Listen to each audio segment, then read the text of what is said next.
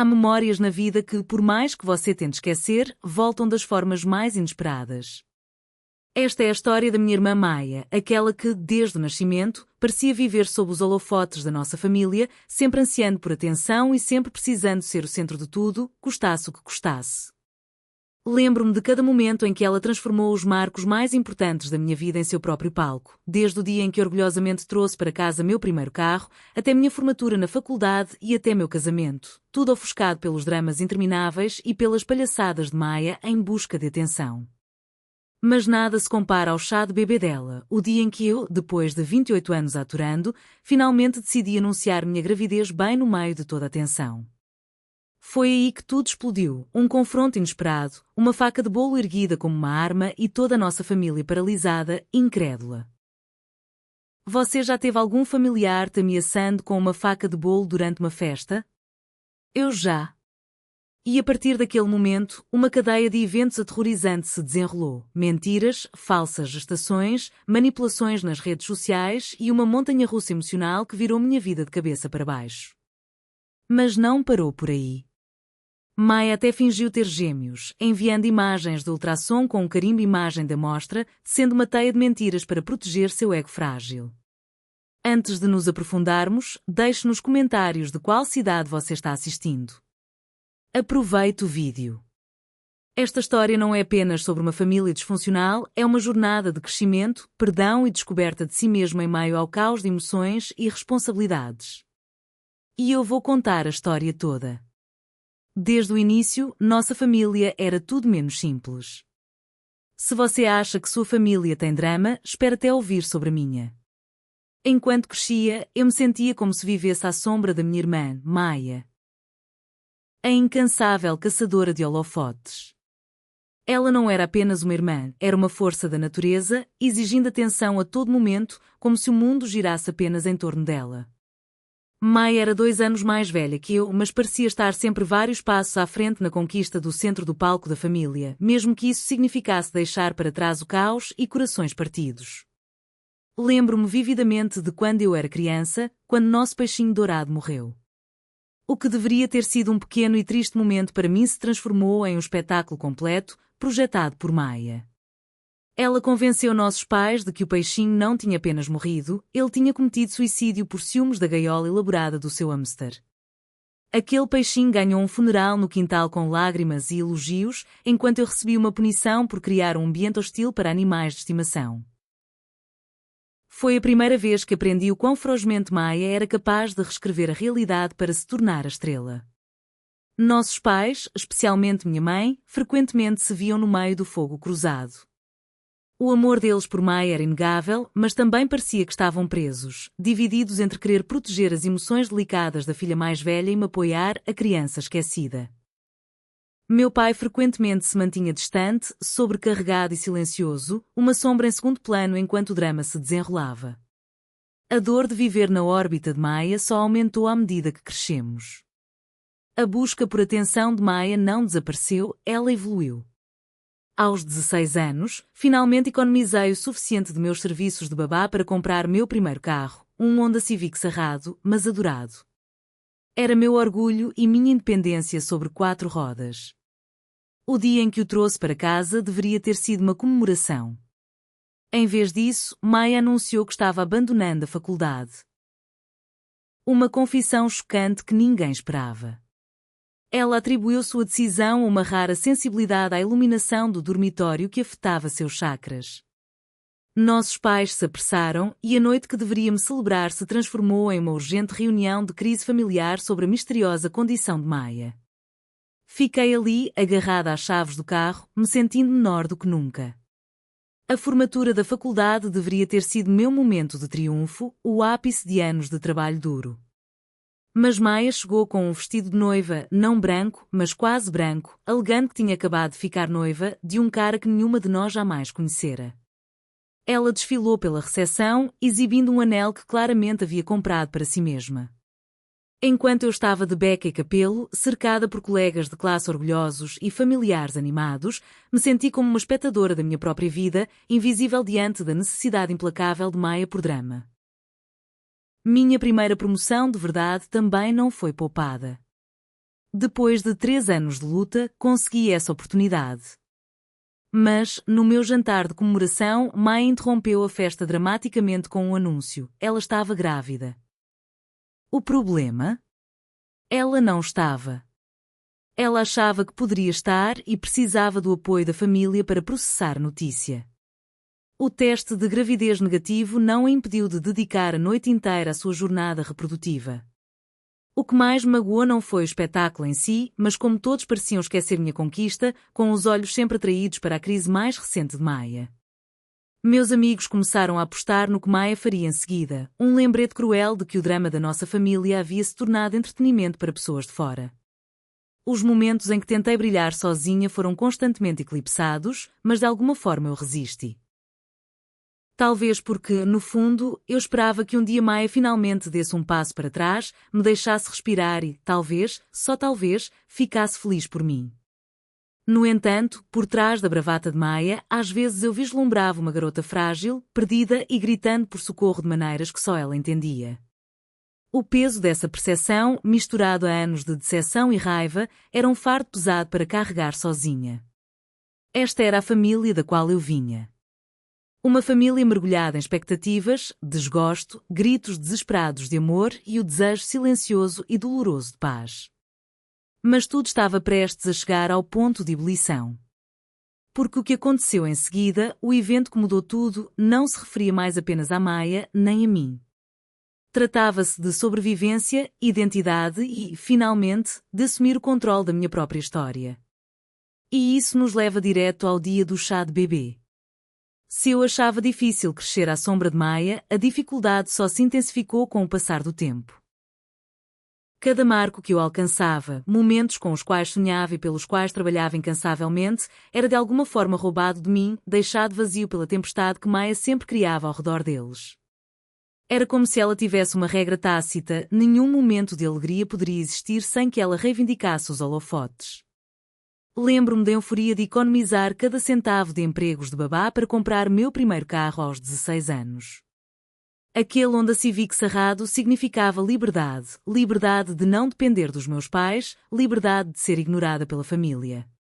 Imaginei o dia em que o dirigiria para casa, orgulhosa e pronta para compartilhar aquela vitória.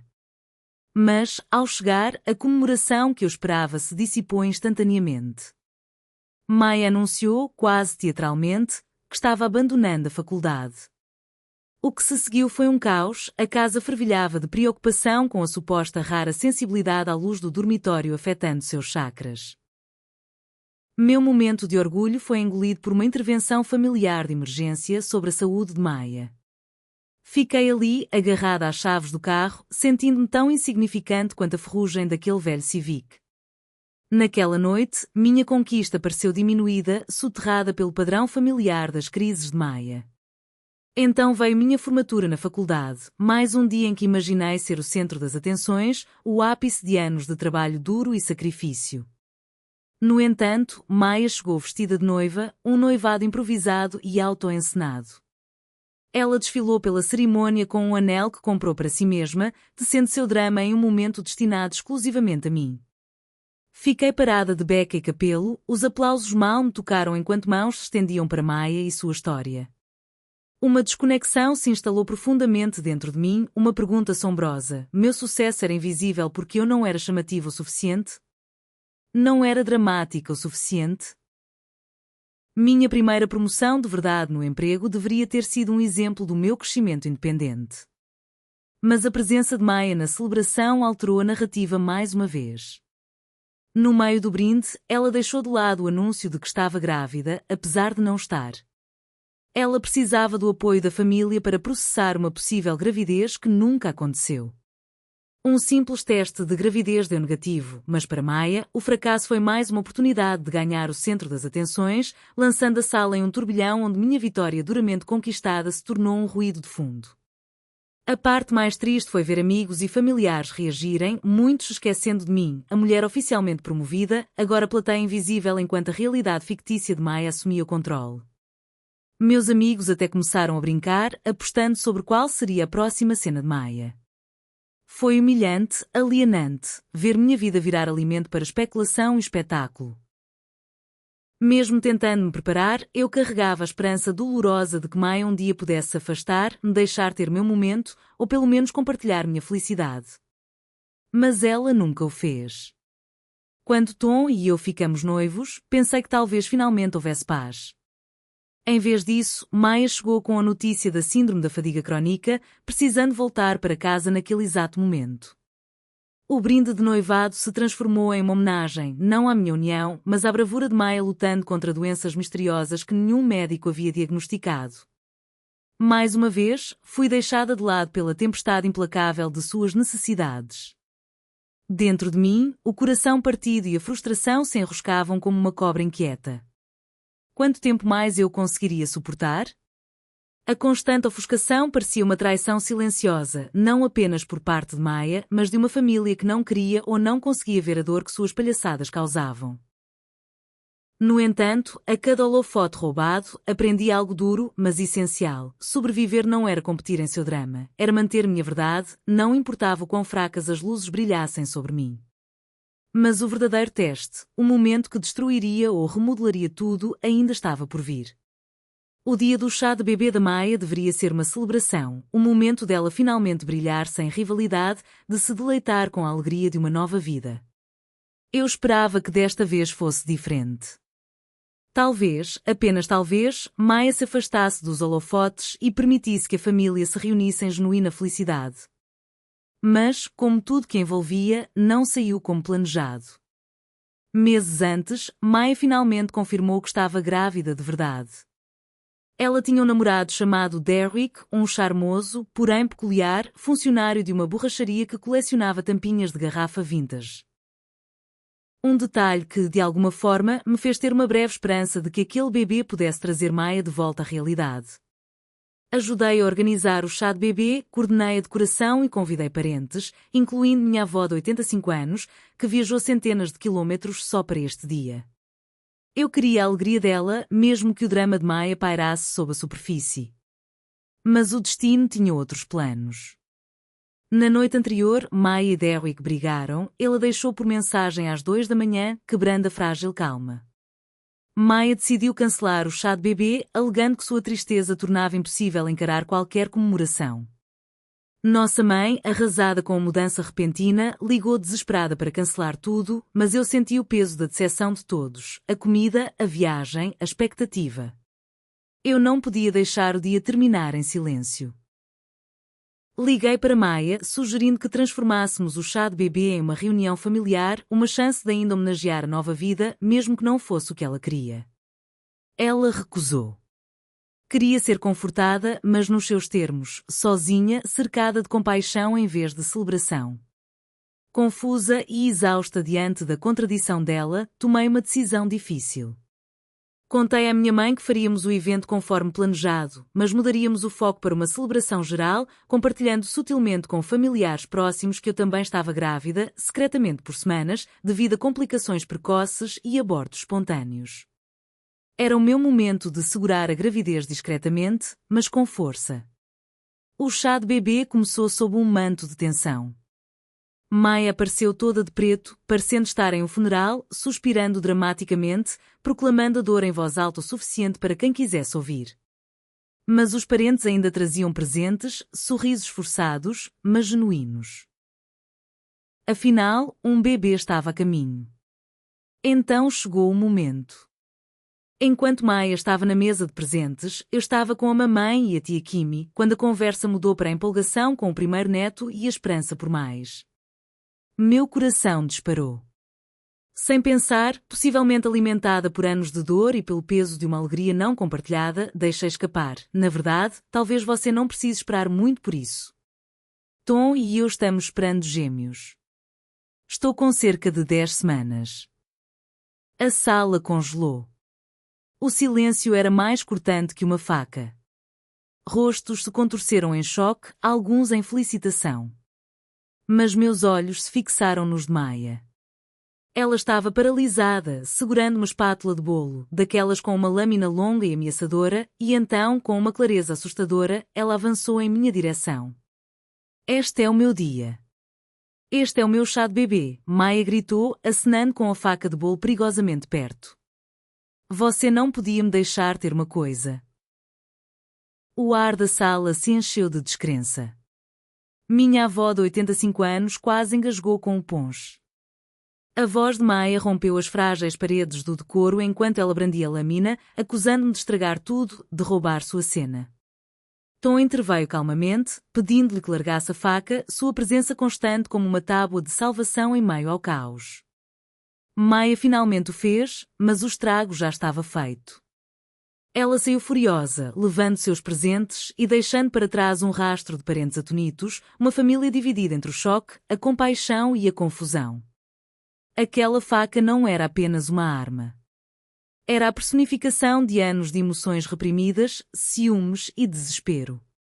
Senti uma mistura de medo, tristeza e uma estranha determinação conquistada com muito esforço.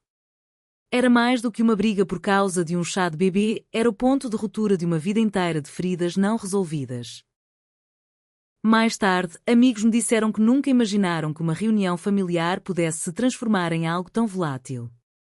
No entanto, foi um clímax assustadoramente adequado para quase 3 décadas de interferência, dor e sofrimento silencioso. Eu sabia, lá no fundo, que nada mais seria como antes. E, no entanto, por mais doloroso que tenha sido aquele dia, ele marcou o início de uma verdade reveladora, o início de um drama intenso e cru que mudaria a família para sempre. A repercussão foi imediata, explosiva e insuportável. Em poucos dias, Maia estava enviando mensagens para grupos familiares inteiros. Acusações se espalharam, segredos foram revelados e a história se retorceu de maneiras que eu jamais poderia ter imaginado. As consequências do incidente do chá de bebê foram como um deslizamento de terra, repentinas, avassaladoras e quase impossíveis de conter. A explosão de Maia na frente da família foi apenas o primeiro ato de um drama que envolveria não apenas a mim, mas a todos os que nos cercavam. Em poucos dias, nossa conversa familiar, antes unida, se transformou em um campo de batalha onde acusações, segredos e verdades distorcidas colidiram. Acordei na segunda-feira de manhã com o meu celular fervilhando de notificações. Maia tinha criado um novo grupo de bate-papo familiar intitulado Verdade sobre Lisa, pegando meu nome e tornando a peça central de sua narrativa. Ela adicionou todos, nossos pais, avós, tias, tios, primos, até mesmo nossos amigos e a família de Tom. Era como se ela quisesse que o mundo inteiro conhecesse o seu lado, ou melhor, a sua versão da história. Ler as mensagens dela foi como mergulhar em um pesadelo. Maia me acusou de planejar deliberadamente o anúncio da minha gravidez para roubar a cena dela, alegando que eu estava monitorando o ciclo dela e cronometrando a revelação para causar o máximo de dor. Fiquei ali, atordoada, como as coisas tinham-se complicado tanto. Eu mal sabia como reagir, especialmente porque minha gravidez era repleta de medo e esperança devido a um aborto espontâneo anterior. Mas a mensagem de Maia não parou por aí. Ela lançou ataques à minha personagem, alegando que eu havia espalhado mentiras sobre o relacionamento dela com Derek, manipulando para deixá-la. A realidade era dura e amarga, eu já tinha encontrado Derek 2 vezes, se tanto. Qualquer influência que eu tivesse sobre o relacionamento deles era pura ficção, mas Maia me pintou como vilã que estava criando uma divisão entre eles. Então, a bomba. Maia anunciou que estava esperando gêmeos, não apenas um bebê, mas 2. Segundo ela, só descobriu a notícia devastadora um dia depois do banho, e por isso não a havia compartilhado antes. A dor era insuportável. Essa informação chocou a família, gerando confusão e compaixão. Mas a história logo ruiu sob o próprio peso. Meu primo Jake, conhecido por sua honestidade brutal, postou uma captura de tela do Instagram da Maia. A imagem a mostrava bebendo vinho apenas um dia antes de supostamente descobrir que estava grávida de gêmeos. O grupo de bate-papo ficou em silêncio, uma pausa tensa e assustadora que nenhum de nós queria, mas não podia ignorar. Maia se apressou para explicar. Ela disse que era apenas um pequeno gole e que o estresse do drama familiar estava piorando os sintomas da gravidez.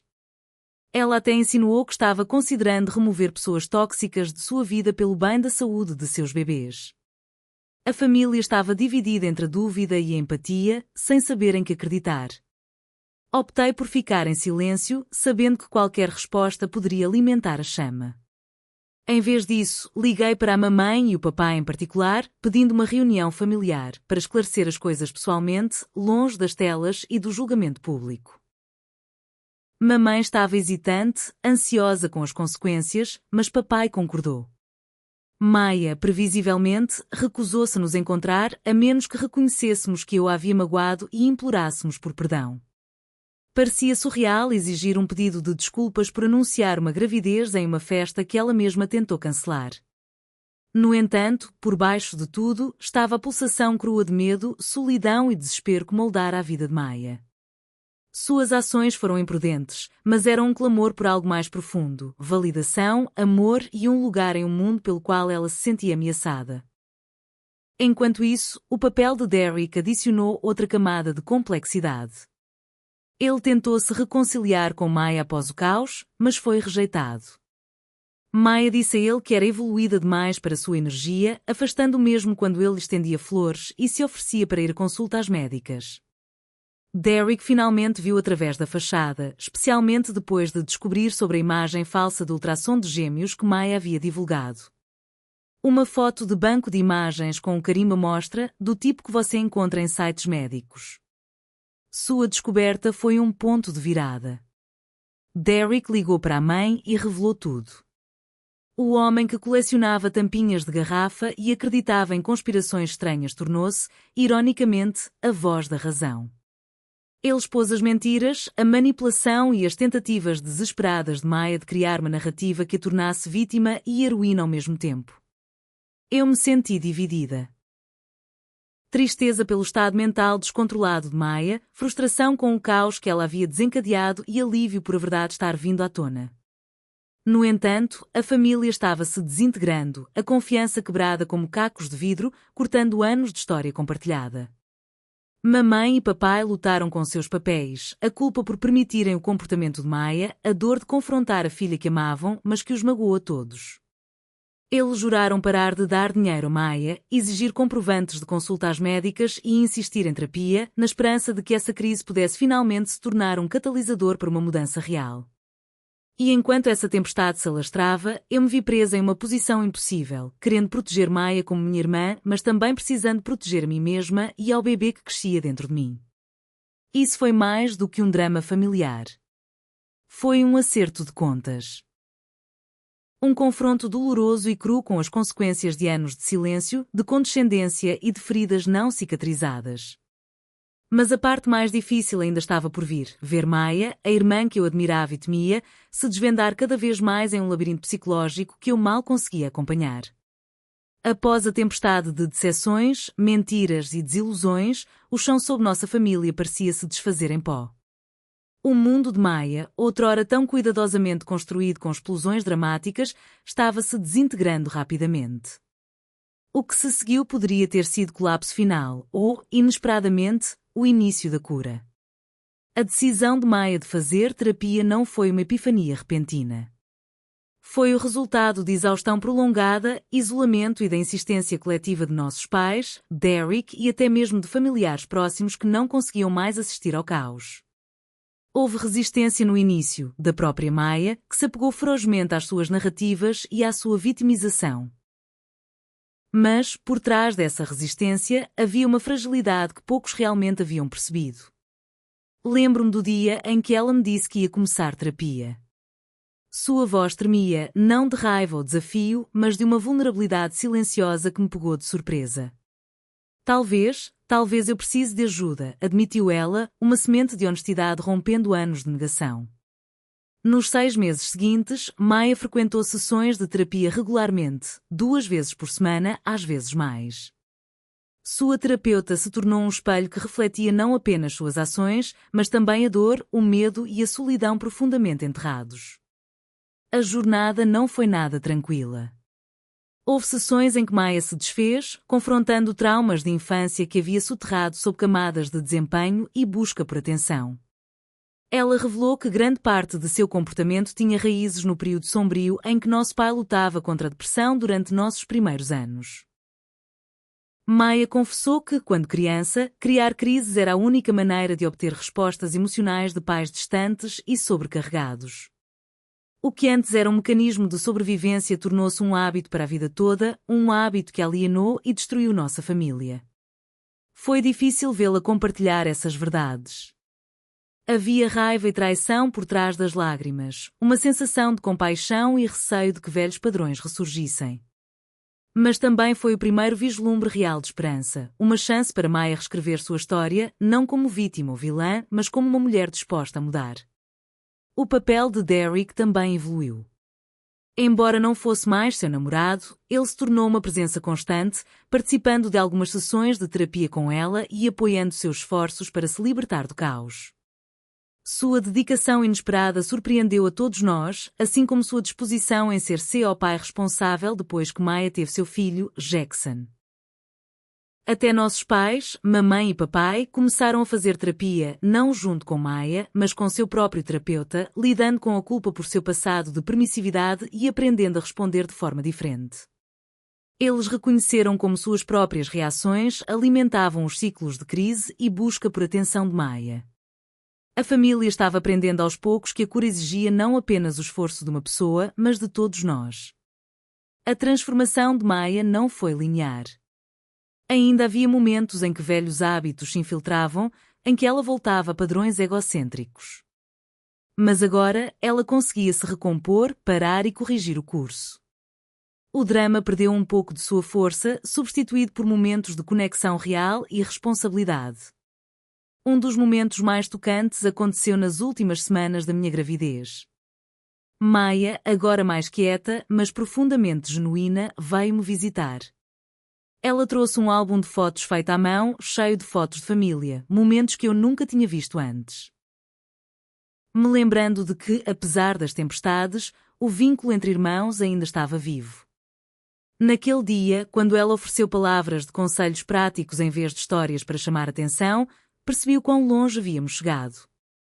A jornada foi dolorosa, crua e muitas vezes exaustiva, mas foi a prova de que as pessoas podem mudar se estiverem dispostas a enfrentar seus demónios de frente. E enquanto Maya se preparava para receber seu filho no mundo, a esperança finalmente parecia real. Mas como essa transformação se estenderia ao futuro da nossa família? As feridas do passado seriam completamente curadas? Os novos começos perdurariam? O dia em que segurei minha filha nos braços, um momento com o qual sonhei em meio a tanto caos e dor, marcou não apenas um novo começo na minha vida, mas um ponto de virada para toda a nossa família. Depois de quase 3 décadas de turbulência, mentiras e feridas silenciosas, algo em nós finalmente começou a mudar.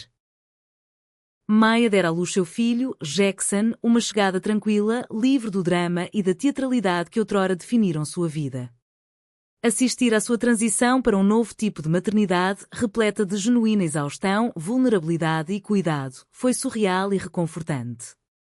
Ela não estava mais se apresentando para uma plateia, estava simplesmente vivendo, tão real e crua quanto qualquer mãe de primeira viagem. Não era um final de conto de fadas, era um trabalho árduo. As sessões contínuas de terapia de Maya tornaram-se sua âncora. Ela estava aprendendo a controlar seus impulsos, a reconhecer a dor que antes alimentava sua necessidade de atenção e a buscar conexão sem manipulação. Ainda havia momentos em que os velhos padrões ameaçavam ressurgir, mas agora ela os enfrentava de frente, em vez de fugir deles. Uma das cenas mais emocionantes aconteceu poucos dias antes de eu entrar em trabalho de parto. Maya apareceu em minha casa com um presente que ela mesma havia feito. Um álbum de fotos cheio de fotos antigas de família. Algumas eram fotos espontâneas que eu nunca tinha visto, momentos da nossa infância antes dos anos tempestuosos. O álbum parecia um pedido de desculpas silencioso, uma ponte que atravessava anos de silêncio e incompreensão. Foi naquele momento de silêncio que percebi que, por trás do drama da dor, a irmandade entre nós ainda pulsava forte. Ela me ofereceu conselhos não envoltos em histórias egocêntricas, mas palavras sinceras, nascidas de suas próprias lutas. Nossos pais também estavam se recuperando. Começaram a fazer terapia, confrontando seus próprios papéis na viabilização de ciclos de caos. Meu pai admitiu que sua evitação de conflitos havia deixado os pedidos de atenção de Maya sem resposta, da forma como ela realmente precisava. Minha mãe reconheceu como sua pressa em consertar cada crise havia protegido Maya de enfrentar as consequências. Essas admissões, embora difíceis, foram necessárias para a frágil restauração do nosso tecido familiar. Derek, que não era mais o parceiro de Maya, mas um pai comprometido, juntou-se a nós na criação de um ambiente de apoio para nossos filhos. Ele surgiu como um surpreendente pilar de estabilidade e razão. Quanto a mim, a nova responsabilidade da maternidade trouxe clareza e força. Aprendi que perdoar não significa esquecer o passado, mas sim escolher seguir em frente sem carregar todo o seu peso. A jornada de cura de Maya me deu esperança, não apenas para ela, mas para todos nós. No entanto, não vou fingir que as cicatrizes desapareceram da noite para o dia. A confiança teve que ser reconstruída lenta e cuidadosamente, com corações abertos e conversas honestas. A cura é contínua, uma jornada que percorremos com momentos de luz e sombra. Das cinzas de anos de rivalidade entre irmãos, incompreensão e dor, uma paz frágil, mas real, criou raízes. Apesar de todos os seus altos e baixos, esta história termina com esperança, porque ousamos encarar verdades difíceis, buscar ajuda e acreditar na mudança. Obrigada por me acompanharem nessa montanha-russa de emoções. Se você já passou por problemas familiares ou relacionamentos complexos entre irmãos, adoraria ouvir sua história. Compartilhe nos comentários de onde você está assistindo e como sua família tem superado as tempestades. Na vida, às vezes os momentos mais sombrios nos levam aos mais brilhantes começos. E isto é nosso. Muito obrigada por dedicar seu tempo para assistir a este vídeo e ouvir minha história. Significa muito para mim compartilhar esses momentos pessoais com você. Se você achou este vídeo significativo ou com o qual se identifica, por favor, curta e compartilhe. Isso realmente ajuda o canal a crescer e alcançar mais pessoas. Também adoraria ouvir suas ideias e experiências nos comentários abaixo, então não hesite em compartilhar. Seu feedback me ajuda a melhorar e a criar conteúdo que realmente se conecte com você. E se quiser ficar por dentro de mais histórias e vídeos, inscreva-se e junte-se à nossa comunidade. Obrigado novamente por estarem aqui, eu aprecio cada um de vocês.